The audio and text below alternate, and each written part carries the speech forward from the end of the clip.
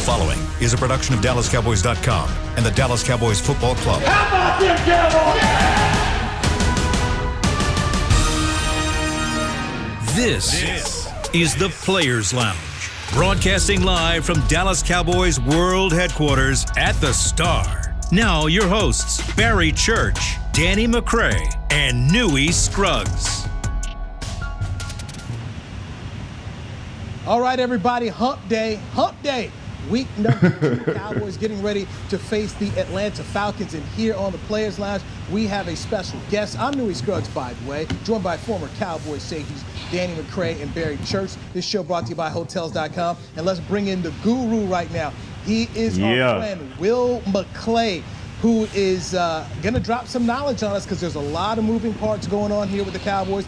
You guys have questions. So, all right, Church, take it away. We're going to let Danny go ahead and take it away. I think he had a great first question for Will. And by the way, Will, I mean, most of our viewers, they already know you as the guru, the guy that brings all the talent into the Dallas Cowboys. But little known fact for our listeners, Will McClay on the side is an amazing DJ. If you want your playlist right, that's the man you got to talk to. He gets you for the jogs, he gets you for the workout, anything you need. My man is an amazing DJ, man. A little known fact, just a little known fact. I'm just a DJ for the crew that earns it, you know. There we go.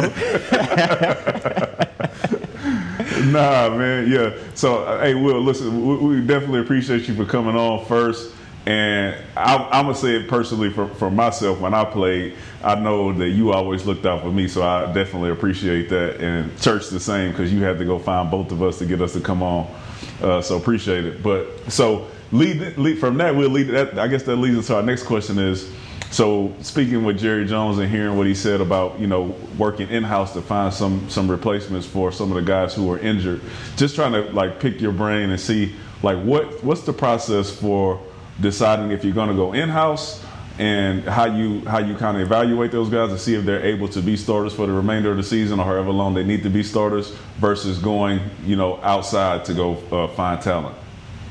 You know, it's really next man up, first off, because when you have a roster and guys that have been working on things, and although we didn't have a full preseason, the players that you have, hopefully you get the right ones to start with. They learn kind of what they're doing. And then the coaches have to look at the players that we have and see how we're going to use the guys that are on the roster. If they're serviceable for us to run the offense or defense or be able to adjust and still do what we do, we go in-house. If it's something that's a little bit more concerning, we would go out, you know, and try and find somebody that fits specifically what they were looking for. The best part about it, though, is going back to the draft and working with Coach McCarthy and the staff is get us good football players. If we got good football players, you know, then the coaches can find places to put them in and things to do to work within the scheme. Okay. All right. Well, for me, my question would have to be, well, you know, I mean, you've dealt with and you've been around plenty of secondaries, including some of our better secondaries when I was there and some of our worst secondaries. But for my question is, what did you think of the play of this young secondary for week 1? I mean, I know they're young. They have some experience back there, but they're pretty young. What did you feel like their play was for the week 1 against the Rams? I felt like, you know, for the whole team, it was kind of a new deal. It was like the first preseason game, it seemed like, because now you're out there live. And so there were some things technically that we didn't complete all the way, but you see the opportunity to grow and you see some of the plays that they make. You know, there's going to be some guys that just step up and do things. And then we're getting J. Lou back. And so there's a bunch of flexibility and versatility within the defense. So if they just hit the cues, and L.A. was playing the game more lateral than vertical. So I was proud of the way that the guys stepped up. And, you know, DBs, especially corners, you safeties tackled, but corners don't like to tackle. But our corners stepped up and tackled and played well. They did. And for our viewers out there, can you explain what you meant by the Rams playing more of a lateral game than a vertical game? Yeah, you know, typically you want to see they didn't want to face our pass rush, and so they ran a lot of screens, and a lot of their passes were under 3 to 4 yards. So the pass rush wasn't able to get there, and they were playing the game sideline to sideline. They were trying to make us run laterally as opposed to vertically, you know, running the deeper routes and doing those sort of things. Okay. And then part 2 of my question, I should have prefaced it by saying there was 2 parts to it, but with the addition of Brandon Carr. What do you think a veteran like him, he's a consummate pro. He pretty much can show you the ropes of how to watch film, how to break down things. But what do you think he can bring to this Dallas Cowboys secondary? Yeah, he brings that leadership like you talked about, number one. And, with a group of young guys, there's something that you have to learn about being a pro. Like you said, like watching the tape about how to prepare, what to expect, those things. So he brings that knowledge, but also his ability to play all over. And one of the things that we're looking for in the defense is versatility. The way the game is played offensively now, it's about matchups and doing those things. So he's just another piece. He can play nickel. He can play the dime linebacker. He can play safety. He can play free. He can play strong. So I think with all of that experience he has, he understands the things that can happen and communicate well and help these young guys, as we go into the next phase of it. Gotcha. And then for me, just looking forward, I know you're not Coach McCarthy, but just to kind of get your idea on a few things that we may be able to do better to perform a little bit better as we move on in the season, right? Because I know we had a few issues with the run, and like you said, this team, that they didn't want to face our pass rush, so they wanted to go sideline to sideline. So I would imagine that a few teams will watch the film and try to do the same thing as the Rams did. So just your idea on some things that we could possibly do better to negate teams that come in and think that that'll be the way to beat us. I think from every experience you learn, and we understand that. They were running more of the zone scheme, trying to get us to go lateral, those things up front. So when you adjust, like we did in the second half, from limiting them being able to score and limiting the run some, we're playing a little bit faster up front. And then in the secondary, there's a number of different things that we can do differently. It's we're going to play a little bit more man coverage if you mix your mans and your zones together the right way, and you dial up your fronts a little bit different, not to get into any sort of scheme-wise stuff. But I just think we have to play with more consistency and more urgency early on. Right, and I mentioned that so we got a new DC. Everything's pretty much new defensive coordinator, new special teams coordinator, new offense. Kellen is in his second year, but you got little stuff from Mike McCarthy coming in. My thought was that just like when Rob Ryan came in and we had the lockout and we missed the entire offseason, it was a little difficult for us to pick up the defense because we didn't have as much time to install and get those reps. So, just me watching the game, I didn't see as much, exotic type stuff. So I just imagine that stuff will come in. Do you see these guys being able to, were they able to pick up, I guess, everything that was thrown at them throughout training camp? Yeah, they've done a good job of picking things up, and there's, when you say just get me good players and we'll fit the scheme around it, there's multiple parts of the scheme that the players have to learn too. So, first time in live action doing all that stuff, it does take some time. And just like you said, that, like when Rob came in with that year, it was new things that you had to do. Well, you think about it, the guys are going through those steps and kind of understanding the defense. And you think so many of our players that were coming back from last year were in the old scheme. And it's different from going vertical to now, especially up front, to playing more two-gap and playing more flat. So you have to continue to get those game reps to get that skill set down to understand and to play the new scheme. And guys are getting it. And that's the thing. It's like Tyrone Crawford was saying to me, it's like, hey, man, we were so used to going upfield that, for your first instinct is this, to play it that way. Mm-hmm. But the more reps you get, the better you'll get at it. And a new opponent is going to bring new challenges. So it's just everybody being on the same page. That's really perfect, man, because I said it just because from experience. It's difficult for if you get into week 3 and your team is not able to stop the run, right? Usually, you for the rest of the season, you're just known as a team who's not able to stop the run. It's hard to be able to fix that after you get into the season. But when you go into the explanation that you gave, and it makes me feel more positive about it because it's some things that we can change. The familiarity with the scheme and old ways having to turn into new ways are things that we can fix and help us become a dominant run stopping team versus, hey man, we're just not physical, we can't stop the run, we're just out of place, right? So it's things to look forward to.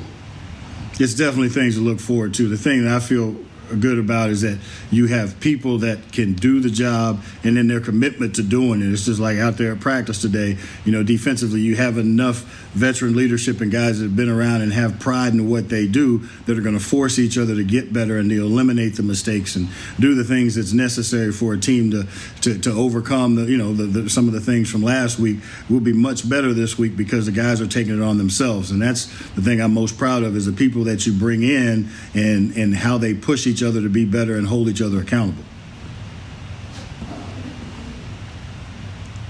Dope. Yeah, Go ahead. I thought I dropped the mic. I'm trying to let the guys ask the questions here because it's their show. But can you help me in two situations here? One, with Sean Lee having surgery here, can you give us some information more about what you're doing to reinforce the linebacker spot? And also, is Jordan Lewis expected to play against Atlanta on Sunday? Yeah, Jordan's taking reps. Luke Gifford, who didn't play last week, he's taking reps. Joe Thomas stepped in. We've got players that we feel like can come in and fill in the spots. You never replace a Leighton Vander Esch or a Sean Lee, but the guys that come in, they can do their deal as well and fit into the defense well. That's why we kept them here. So I expect them to step up and play, and it's their time to shine too. All right, one thing that we've had people talking about, and you get the overreaction, it's the first game, and it's just Cowboy Nation, and they want to go overboard. But I've heard people say, well, maybe it's time to put Connor Williams at tackle, and then maybe put Joe Looney at guard, people want all kinds of changes here on the O-line after 1 week. Tell people the process of what training camp is like and what combinations guys are used to, and that you just kind of don't throw out the whole thing after 1 week because you lost by 3 points. No, we believe in the people that we have, and they have to improve what they're doing. We have to help them out with some of the things we're doing. And it's like riding a bike. The first time you rode it, you might have skinned your knee the first time. Now the second time you got better. The third time you got better. We feel good about the group. No, it's not Lael Collins out there and some of the stuff, but these guys are paid to do their jobs, and that's what we expect to do. You can't just switch everything around. It's not fantasy football. You can't take a piece and put it into place and think that everything runs consistently from the beginning. It's just like you go into your job. If you got somebody new working next to you, you have to figure them out, and you still have to do your job. And that's where we're at right now, and we feel better about it. And we have to continue to do things to work to use our strengths to the positive and overcome some of the negatives by doing some things that way schematically, and that's what all our teams are going to have to do. The teams that are 1-0, they're going to have problems next week, and then everybody will be talking about them. So it is a marathon, not a sprint. Let me ask one more question. This is talking about the tight end, Blake Jarwin, who's a guy you identified 2 years ago as a player you really liked, and we all thought this was going to be the breakout season, but he's out for the year with a torn ACL. You helped draft Dalton Schultz here. He's the backup. How does Coach McCarthy and Kellen Moore, how do they coach him up to be able to now take over this role that Blake Jarwin had? I think we're going to do it by committee. Blake Jarwin brought us something a little bit different, that element to threaten the seam, from the tight end position. Dalton can do some of those things. Maybe we do it formationally. We have other weapons that can, achieve the same kind of what Blake's role might have been on some plays. We have different ways of setting it up and doing that. I think you never replace him, but then we use the strengths of Blake Bell, Dalton Schultz, Sean McKeon. We use those guys and maybe some of the other receivers. There's just a different way to attack it. McCray, Church, what else you got for Will McClay? I'm good. I think he pretty much hit on all figures. As always, he's a pro at what he does, man. Thank you once again, Will, for stepping on the Players Lounge with us. I got a question. Appreciate it.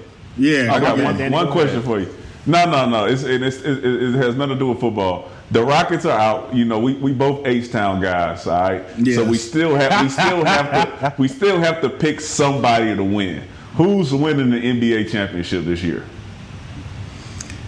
I hate to say it, but it's probably going to be the Lake Show.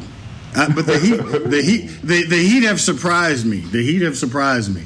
in the way that they play. And that's one of those deals where that's a great story in looking at a team coming together when people didn't think, that whole deal. And before I leave, I wanted to say the reason why I love coming on the show and seeing Danny, McCray, and Barry Church is players know players. I used to always go to them and at practice we would talk about a young guy coming in, and what do you think? And it's just like on this radio show, you guys work together and do well, and I enjoy listening to you and doing those things, and I'm proud to be part of the old DB crew. I'm the oldest of the old DBs. the OG crew. The OG yes. man.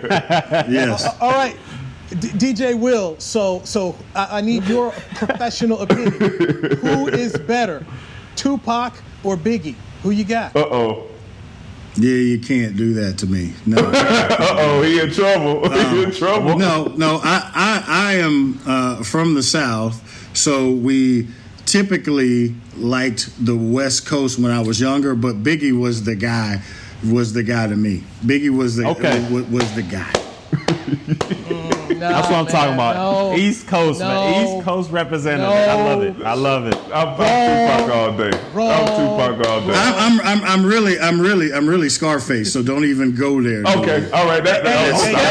Respect. All right. Okay. Never seen a man cry till I seen a man die. Okay. I love some Scarface. Yes, sir. Okay. I love me some Scarface. Okay. Yes, so we have another Players Lounge kind of debate at times, Will, and want to weigh in on this. Danny and Barry love the movie Life with Eddie Murphy. I don't think it is one of Eddie Murphy's better movies at all. I'm down on Life. So where do you stand on that movie? I quote Life. Maybe it's because I spent time around them young fellas, but I watch Life, and I actually watched Life with my son. Oh, I don't know. We were staying at home, and we were both dying laughing. Yes, it's a classic. It's a classic. It's not as funny as Harlem Nights. It's in the top 5. Is it Eddie top 5? Okay, because I don't think it's Eddie. There's top no 5. question. There's no question. There's no question because of all of the Beverly Hills Cops, they all run together. So that's one movie right there.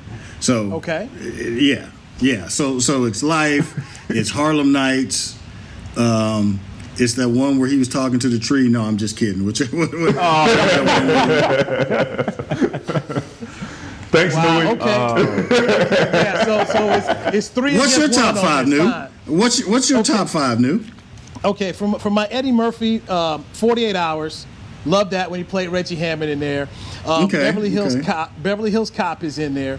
One that the guys shot me down on, but I think was really an Oscar performance, and he should have won it, was when Eddie Murphy played in Dreamgirls. He was fantastic playing that character, Jimmy, in that movie. I thought he was sensational. You watched that with your wife. See, there's a difference when you talk about the ones with the fellas. No, I did not. I did not watch that with my wife. I actually watched that on the road in my car, driving from Dallas-Fort Worth to Austin.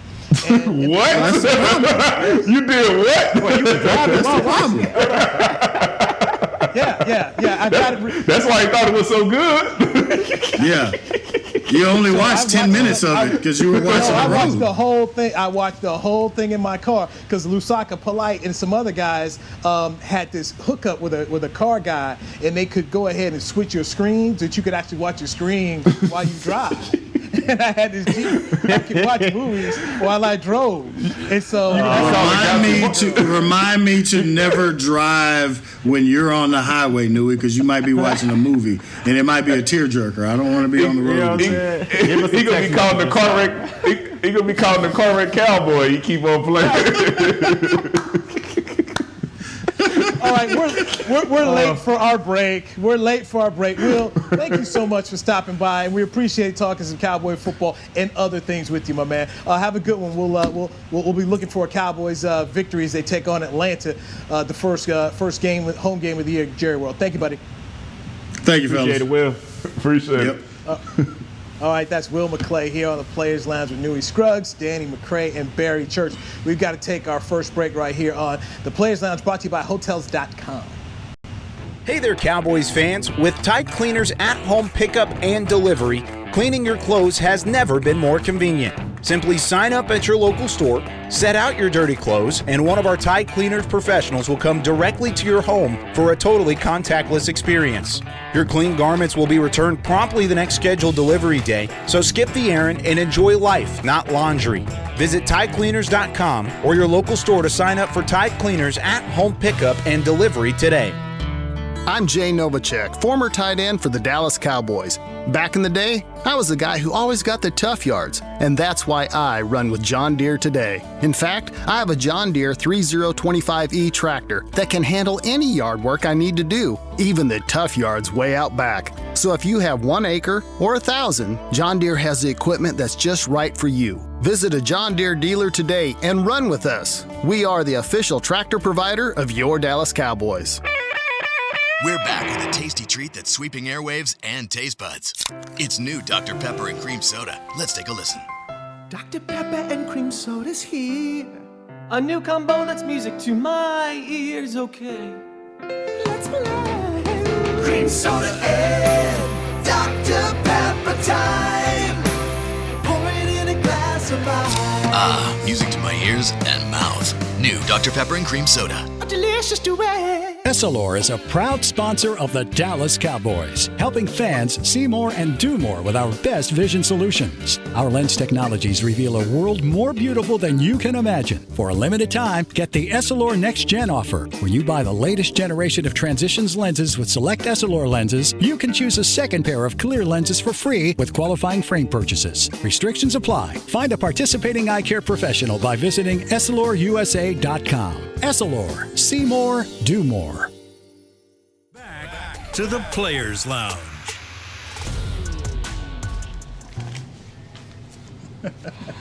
Hey, 12 Cowboys Way brings high-rise luxury apartment living within steps of the Dallas Cowboys headquarters at the Star in Frisco, providing luxury amenities, multiple floor plans, and unparalleled conveniences. 12 Cowboys Way is where elite living meets exclusive access. Leasing is available now. Book your virtual tour or in-person tour at 12cowboysway.com. You're in the Players Lounge. We do it every day at 2:30 p.m. Central Time. Newy Scruggs, longtime Cowboys reporter, joined by former Dallas Cowboys players, safeties Danny McCray and Barry Church. And we want to thank Will McClay for popping on here, the guru who helps pick the Cowboys players. Will, one of the more knowledgeable football guys out there. I always enjoy my football conversations with him, and hopefully you guys enjoyed what we brought to you as well. Danny, Barry, tell me, what stood out from you from what we heard from Will McClay? For me, what stood out the most was how firm he was on the belief of, they have to bring him in-house. I mean, it seems like when I'm talking about in-house, I'm talking about bringing with the injuries of Blake Jarwin and LVE and Sean Lee. It stood out to me that they all had that same philosophy. It's like, look, we got to look in-house first to bring it up. Right. And he basically broke down the whole situation, like how they go from training camp from this year it was just training camp, and how you can't just put pieces here and here like it's fantasy football. These guys have gelled together through all of camp, and they got to figure it out that way. So definitely bringing it up through in-house, and I thought that was pretty interesting. Yeah, and for me, I think it brought me from the disappointing Monday morning quarterback to feeling more positive about what we have going forward, right? Because I watched the game, and as upset as I was with watching us not being able to stop the run and do certain things, it brought me back to, he said riding a bike, right? The first time you get on, you might scratch your knee up, and you do have to realize that we didn't tackle, we didn't really hit, we didn't have preseason. There's a lot of stuff that we didn't do that we normally do, and it just, he made me feel like it just showed up in game one. And as we progress through the season, we should be able to fix some of those things, right? The players not being used to two gapping and switching from one gap to a two gap and those type of things. Those are really big changes, right? So it'll take them some time to learn that. So I won't so much expect them to turn it around this week. I expect them to play better, but as the year goes on, I think they'll be able to pick that up and get rid of those old ways and buy in and be able to compete in this new defense. I first met Will McClay when he was the Dallas Desperados head football coach. Well, actually, he was an assistant. Then he ended up taking over for Joe Avezzano, and they were a really good football team. And so getting to talk to Will and seeing how he actually ran a team and the confidence the guys had in him, that's where I first got to meet him. So I know he knows his football and the understanding of the game. I just really liked how what Barry was saying. He set us straight because after the first week, you got people wanting to fire Kellen Moore. People that will throw, take out Steele, put Connor Williams at the right tackle spot, move Joe Looney off center, put in the rookie. I mean, all these changes after one game in which you lost by 3 points. We saw other people get destroyed week one. The Cowboys were right there till the very end of this football game. And I'm wearing this Dallas Stars hat. Congratulations to the Stars. They won the West. They're going to go play for the Stanley Cup, 4 wins away. And one thing that I'm reminded about is how their season started, guys. The Stars were 1-7-1 to start the season. People were saying, this team's no good. These guys don't have any heart, and they got it. It's a long sports are a long season. We like everybody to start out with a bang, but guess what? Cowboys started out 3-0 last year. People sitting there talking about Super Bowl, and this is not a team that ended up in 2019 making the playoffs. So just hold on, okay? Hold on. Football teams take a while to go. Yes, McCray, go ahead. I want to make this clear while we're on the show. I was specifically talking about the defense. What we saw on offense, I am still not happy with the play calling. Some of that had nothing to do with the players being out there and being able to take contact, right? And I was specifically talking about us not being able to stop the run, and in turn, us not being able to rush the passer and having that opportunity. Some of the stuff I saw on offense, I still feel the same way that I felt on Monday about. Yeah, my mind can be changed, but I was specifically just talking about the defense. Reshuffling the O-line and all that stuff, I don't think so. But I'm specifically talking about us utilizing our playmakers to stretch the field and make big plays. So you still mad? You still No, I was mad, but now I'm confused. And then hopefully on Sunday, I'm no longer confused. I'm either what I'm thinking is right, or I was like, I'm wrong. All right, now we putting some real stuff in.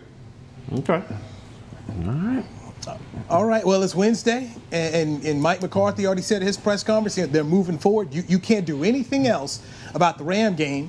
It's time to go ahead and go to Atlanta. And one of the differences, and I thought Will McClay pointed out very well, the Rams have decided we are going to go with quick passes. We're not going to allow your pass rushers to we're not going to get in that game. We're not going to have our quarterback dropping back, doing 5-7-step drops. Well, we know Atlanta with Matty Ice, he likes to go ahead and drop back and sling that thing. So the matchup this week, if Atlanta doesn't change, if they go out there and do what they did against Seattle, this can play into the Cowboys' hands. It's going to be fun to see exactly how both defenses have warts, how they slow this down. I expect a high-scoring game between the Cowboys and the Falcons because both teams have some really good receiving weapons in this game here. So I'm looking forward to it. Yeah, I'm looking forward to it as well. And like you said, it was very interesting that how he broke that down. They wanted to play more lateral instead of vertical, and I think that was a great point. And McVay did a great job coaching that. But they took the aggressiveness from the defensive line, because if you don't have time to get back there, you start to get frustrated, and then you say, okay, how else can I impact this game? Maybe if I put my hands up and jump and try to bat balls and everything, but then that takes away from your pass rush. So I just think the Rams did a great job of basically, like Will said, playing lateral instead of vertical. Now with Atlanta, I think they're more of a vertical team. You always see Matty Ice back there taking those 5-step drops rather than those 3-step drops. So I think that plays into the hand of our defensive line. I think we can be a little bit more aggressive this week, and hopefully we can get after Matt Ryan, because we're going to need to. Yeah, I still feel the same. I think that the Falcons can actually run some of the same stuff that the Rams ran. So we have to adjust, and we have to prepare to see this throughout the rest of the season. Teams trying to negate our pass rush by getting the ball out quick and possibly running laterally. So defensively, our defensive line and linebackers, like the number one focus is being able to stop the run, because those short passes don't work. You can't do that all game if you aren't able to pick up 3 and 4 yard gains on runs consistently. So we're still going to have to stop it. Okay, stay with me there, Danny, on your point. I was talking to a former coach and player who said to me one of the issues that the Cowboys had was from a defensive back standpoint. If all right, they're going to go quick. All right, and Jared Goff was basically wherever he looked, he threw the ball. So if he took the snap, started looking left, he was throwing left. His feeling was that the Cowboy DBs needed to play up closer. And he said because they were not trying to go over the top. They weren't trying to throw deep because they were getting rid of the football quicker. So if they're doing that, why not play up on them closer? And so that'll – go ahead. See,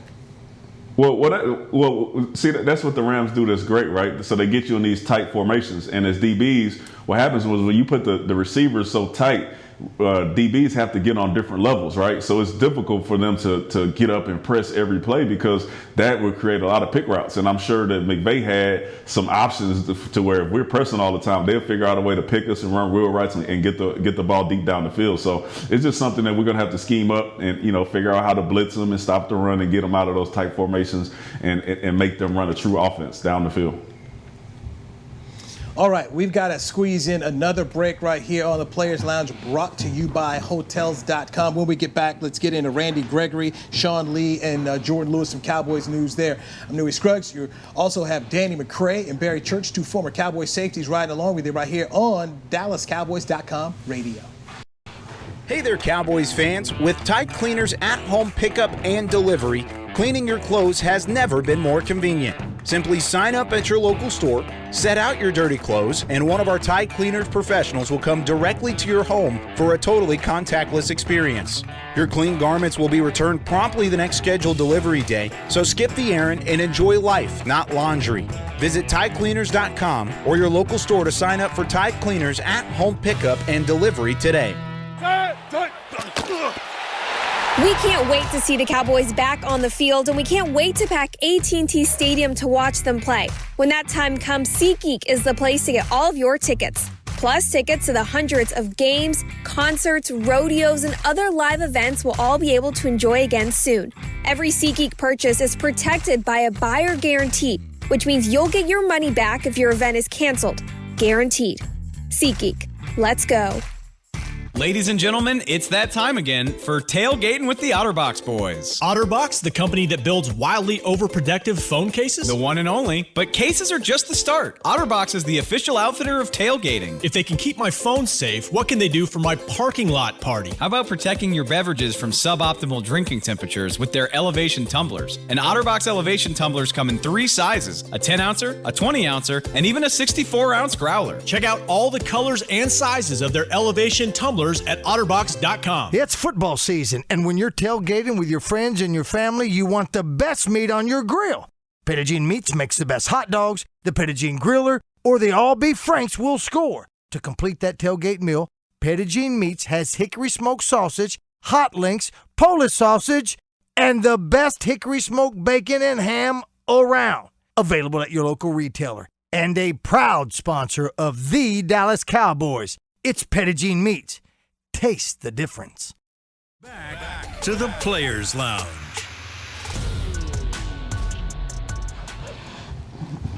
Cinema Drive-Ins brings the classic nostalgia of a drive-in movie to the Star, enjoying all the features of these timeless outdoor theaters in a safe, innovative environment brought into a 21st century with the latest technology, stunning visuals, the latest and greatest Hollywood blockbusters. New movies are featured every weekend at the Gaylord lot at the Star in Frisco. For details, visit thestarinfrisco.com. Back here for another segment of the Players Lounge. Danny McCray, Barry Church, former Cowboys safeties, join me every day at 2:30 p.m. And I'm just merely Newy Scruggs, longtime Cowboys reporter. We are in our SWBC Mortgage virtual home studios here. All right, Sean Lee, Cowboy linebacker we were thinking was going to come off the IR after 3 games. That's not going to happen. He's going to be on longer. He had surgery for a sports hernia there. So, what is the concern level, Danny McCray? Because we have Sean Lee out for an extended time and Leighton Vander Esch, 2 of your top 3 linebackers, not going to be in the lineup for a minute. For me, it's a pretty big concern. Like I said, I know I keep harping on being able to stop the run, but we need linebackers that are able to get in there, take on those blocks, and stop the run. And when LVE goes down, you assume that you have a pretty strong backup in the great Sean Lee. And then now that he's out, now you possibly have to go to a second year and then a rookie player, somebody, or if you go outside, somebody that's not familiar with the defense. So I think it's a big concern, but like Will came on here and I feel more positive about it, that he believes in the guys that we have in the locker room. So, he's never let me down. So I'm with him. To me, it's a little concerning, even with the stuff the great Will had said to us earlier. I mean, we did struggle a little bit versus the Rams versus the run, and that just compounds even more with LVE going down, and we don't have a backup with the capabilities like Sean Lee, who's experienced, who knows what to do and can bring everybody together. We don't have that. So right now, I think we got Joe Thomas in there as the backup with the in-house bringing it up. And he's a good player, but I see him more of that dime linebacker role, that coverage type linebacker role. I don't see him, sticking his nose in there and being a banger each and every down. And then what happens if he goes down? Then we're going back. Then we got to go to Luke Gifford, who I think this is his second year in the league, and he hasn't had a lot of playing experience. So I'm pretty concerned when it comes to this defense stopping the run in that front seven. So hopefully they can find something to get done for this week coming up against Atlanta. I know their run game doesn't look as strong as it did in years past, but Todd Gurley, I mean, he might not be the Todd Gurley of old, but he can still run the ball well, and we're going to need that linebacking core in there to help stop it. So hopefully they will have a solution by Sunday. The shame of it is something we spoke about before the draft, talking about the linebacker situation. We said, hey, look, you already know Sean Lee traditionally doesn't give you 16 games, okay? It's just in his career. He's only done it one time. And with Leighton Vander Esch missing time, that you had two guys who, if you're just being honest, you shouldn't look to finish 16 football games. And we're already at that point. If you're the Cowboys, obviously you patchwork it and you deal with it, but you start looking into the draft in 2021, this now becomes another position you have to look at. You've got you've got the tight end spot because Blake Jarwin's going to be coming off an ACL. You got to look at the tackle spot here. You may have to draft yourself a swing tackle after watching La'el Collins deal. He's going to miss games this year. He's on the IR right now. We've seen Tyron miss many games the past 3 seasons. You got issues, man. And then up front, the defensive tackle spot. So it's just kind of it's a tough pill to swallow, and this is where Mike Nolan's going to earn his cash. How do you fix your linebacking core here? All teams are going to have issues to deal with, but right now, the Cowboys' linebacking core is going to be interesting, and you've got a tight end in Hayden Hurst coming in here this week, and Matt Ryan likes to isolate them. If he's putting Joe Thomas and Jalen Smith and Luke Gifford in coverage right now, you've got to think that that's going to be an advantage for the Falcons, Barry. Yeah. Let me ask you guys both a question because I want to see what you guys think about this. Now, he did say Jordan Lewis could have a great possibility of returning this week. So with the mention, like you said, of Hayden Hurst at tight end, how he can stretch the field, how they can come out in 12 personnel or 21 personnel and stretch the field with him at tight end, do you feel as though the Cowboys can go with a nickel package versus base, seeing as though Jordan Lewis will be back and he's good against the run? He's not, he's not a linebacker or anything like that, but he can do good against the run. Plus, it'll be able for an extra cover person for Hayden Hurst. Do you believe that's the approach that the Cowboys would go going against this Atlanta Falcons offense? I don't, just because we already have a problem stopping the run. So we get out there and base and throw in 11. I think they're going to be licking their chops. I'll tell you this: the linebackers are getting schemed up right now in the Atlanta Falcons meeting room right now. They're pointing out who's missing and what we show the weakness at, and they're out there and they're scheming up everything to do that. So I don't think that will be a thing. Hopefully, in a perfect world, they would just bring in Carr and let him be that safety that walks down and covers and let the other safety roam or figure that out kind of how they did in Baltimore. That's the solution I see, especially if you get into 11 and you're playing cover one, you need somebody to cover tight end. I think Brandon Carr's the best person for the job. McCray, I'm with you 100%. I'll tell you where the pressure and who can help the defense the most on Sunday. It is the Dallas Cowboys offense. They need to control the football. The Rams held the ball for 35 minutes and change on Sunday. The Cowboys offense needs to hold the ball 30-plus minutes and keep this defense off the field. We've seen the past few seasons when the Cowboys have been able to win games, it's because the defense was being able to have some rest and put other teams in some third down situations and winning those third downs. So a whole heavy dose of Ezekiel Elliott, to me, is going to be the key for the Cowboys to go ahead and win, because if you can keep Atlanta off the field, you're fine. And if you force them, because you're able to go out to a lead and make them play from behind, we know the more Matty Ice is throwing the football, the better off it is for you. If you can get him throwing 40, 50 passes because they're behind, making them one-dimensional, it's going to give the Cowboys a better opportunity to win, fellas. Yeah, this is true. This is very true. If you got Matty Ice going back there, dropping back for 46 attempts or 50 attempts, I think that plays right into the hands for the Dallas Cowboys. I think they'll be able to use those pass rushers off the edge. We've seen Aldon Smith coming in. He looks like he's ready to keep going. So hopefully we get to that point where we make the Atlanta Falcons one-dimensional. My only worry is, man, who's going to stick Julio Jones? You know, who's going to stick Calvin Ridley? I mean, I don't know. It's a daunting task, man, but we got to make them one-dimensional, in my opinion. Yeah, this would be a very different. Go ahead, Dan. This would be a very different coverage game for our defensive backs. They will be tested more than they were last week just because Sean McVay came out with this side-to-side plan and quick passes. I don't see Atlanta doing the same thing. I see them trying to run and play action and use the ability that they have on their offensive weapons. Hint, hint, some stuff that we should probably be doing with Calvin Ridley and Julio Jones. And Julio Jones will be a big part of the game plan for Atlanta, as Amari Cooper should be for us. So hopefully we see a battle of receivers. All right, last night the Clippers did what I didn't think they would do. I thought they would win the game against Denver. They didn't just lose; they got embarrassed. Denver took their pride, up 20 points late in the fourth quarter. I just thought that was just pure embarrassment. And then on social media, Damian Lillard, C.J. McCollum just clowning Paul and Pat Beverly, man. I mean, playoff P, and they call it pandemic P. I mean, it was bad. That was bad. I actually feel sorry for Kawhi Leonard, man. I feel sorry for Kawhi Leonard because if you think about this, considering you've got Boston and Miami now in the East, what if Kawhi Leonard ended up deciding to go back to Toronto to run it back? They might have repeated as Eastern Conference champions, but it's clear that the Clippers did all this talking and produced nothing.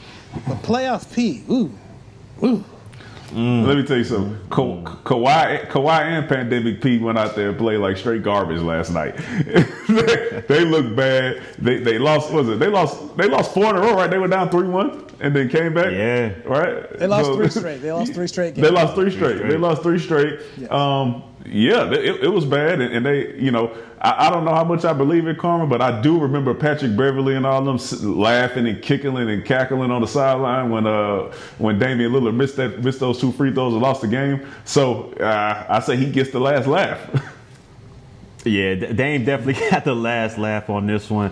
It was definitely embarrassing, man, to be up 3-1 and then get ousted in Game 7 by plus 20. I mean, it's embarrassing. Now, I'm not going to put it all on Kawhi. I felt like Kawhi carried him a lot of this way, but he fell up short in the fourth quarter. I think he only scored like 2 points in the fourth quarter. But this team right here, I mean, they were known for talking all that smack. I mean, like Danny said, you got Pat Beverly on the sidelines, who half of the time he wasn't even playing because he was injured. He was still over there just talking, just chopping it up, just making fun of everybody. And then they ran into a buzzsaw of a team in Denver. I mean, this team was already come back from 3-1 when they were playing Utah. So they already had that in their veins. Like, this Game 7 is ours. We got ice in our veins. And they went out there and proved it, man. It's just, I feel bad for Doc, man. I just feel bad for Doc on this one. One of my favorite coaches, man. I feel bad for him. Hey, now this is 3 times Doc Rivers has blown a 3-1 lead as a head coach. Now, I mean, that's why I feel bad for him. It's like this it's his specialty right now, man. Right. This is what he's done despite winning a championship with the Celtics in 2008. Doc Rivers is that dude who's coached these guys, and they can't close the show.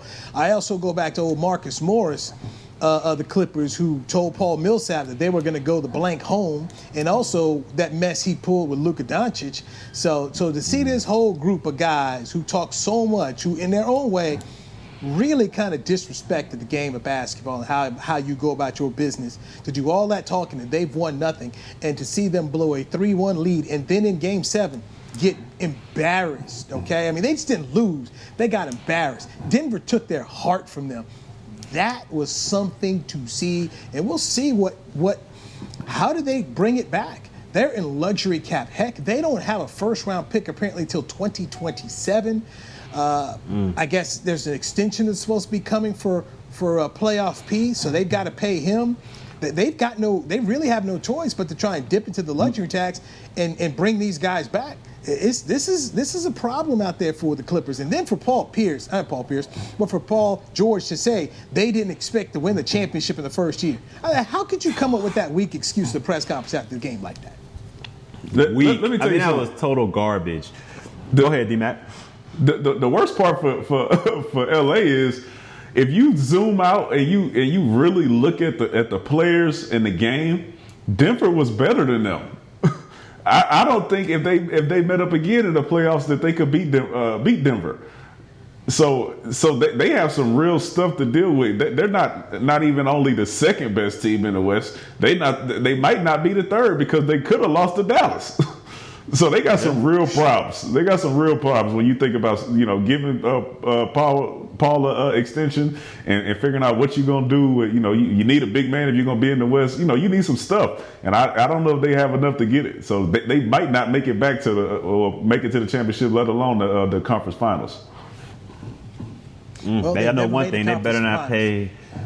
Yeah, they never made it, and they better not pay playoff P or whatever they calling him. I mean, after that performance, he shrunk. I mean, he just went down into a ball and just he was a no-show, man. And for the whole playoffs, the entire playoffs.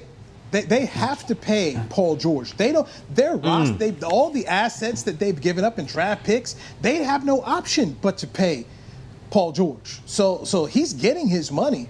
The big issue is Kawhi Leonard is playing on a 1-year deal now because he has a 2-year opt-out for himself. So if they run this back, which I expect them to try to bring as many pieces as they can, run it back next year and it doesn't happen, then Kawhi Leonard is a free agent after the season. So you're talking about Kawhi Leonard will be free. Giannis Antetokounmpo, unless he signs a big old extension this offseason, he's going to be free. And we'll see, because one thing we know, guys want to play with guys they like. And Jimmy Butler, in my opinion, showed people a whole lot that, you know what, go where guys and an organization wants to win the way you want to, because what they're doing in Miami right now, man, that's some tough stuff. Best thing he did was get out of Philly. Could have made more money in Philly, but he said, I want to go to a place where I want to win and guys want to win like me and put in that work. I mean, if you look at his game, Jimmy Butler, I mean, he's a scrappy defender. I mean, he's not flashy, but he'll get you some buckets. And that's basically what that Miami team is. It's just a bunch of scrappy dogs out there who just don't care what anybody says about them. They keep everything in-house, and they do what they do to try to win games. I mean, that's the perfect fit for Jimmy Butler, and he's the perfect guy to lead that team. I love how everybody, crowns Brad Stevens as his great coach. And here's Eric Spoelstra doing his thing, and people don't want to give him credit for coaching 2 Miami Heat teams to a championship. But you know what? I thought Spoelstra and what he's done with his team has done an outstanding coaching job. All right, we're late. All right, we can't make poor Chris Bean work any harder than he has trying to get this show together. But it was fun stuff. We got to thank Will McClay for popping on the Players Lounge, brought to you by Hotels.com. Danny, you're off tomorrow, so it's just going to be Barry Church and I running things here on the Players Lounge. We're looking forward to a fun show on Thursday. Fellas, appreciate you now. All right. Appreciate it. See you on the next one. This has been a production of DallasCowboys.com and the Dallas Cowboys Football Club.